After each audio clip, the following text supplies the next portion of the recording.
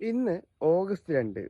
George കുട്ടിയും കുടുംബവും തൊടുപുഴയ്ക്ക് ധ്യാനത്തിന് പോയ ദിവസം ഇന്ന്. നമ്മളൊക്കെ ഇപ്പൊ ധ്യാനത്തിനൊന്നും പോകുന്നില്ല. പക്ഷെ തൊടുപുഴക്ക് അടുത്ത് തന്നെ ഒരു നല്ലൊരു അടിപൊളി സ്ഥലമുണ്ട്. നല്ല സമാധാനം കിട്ടാൻ പറ്റിയ സ്ഥലം. നിങ്ങൾ അത് കാണ്. ഇതാണ് ആ സ്ഥലം. നല്ല അടിപൊളി സ്ഥലം കേട്ടാ. നമ്മുടെ കണ്ണൂര് കാനാമ്പുഴ പോലെ തന്നെ, കാപ്പാട് കാനാമ്പുഴയില്ലേ, അതുപോലെ തന്നെ ഒരു നല്ലൊരു അടിപൊളി സ്ഥലമാണ്. ഒരു ചായക്കടയും കൂടി ഉണ്ടെങ്കിൽ നല്ല അടിപൊളി സ്ഥലമായിരിക്കും ഇത് കേട്ടാ. പിന്നെ എന്താണെന്നറിയില്ല, ഞാൻ വന്നപ്പോൾ തൊട്ട് ഇവനെ ശ്രദ്ധിക്കുന്നു, ഇവൻ അന്യം ശ്രദ്ധിക്കുന്നു.